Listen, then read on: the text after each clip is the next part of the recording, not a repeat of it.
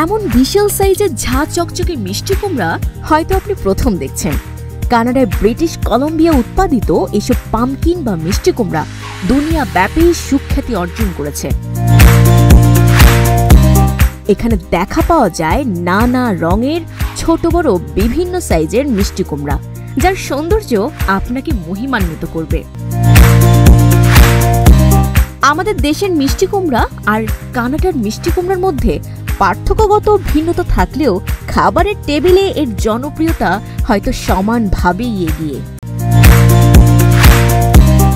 আগস্টের শেষের দিকে কানাডায় এই সবজি বেশি পাওয়া যায়।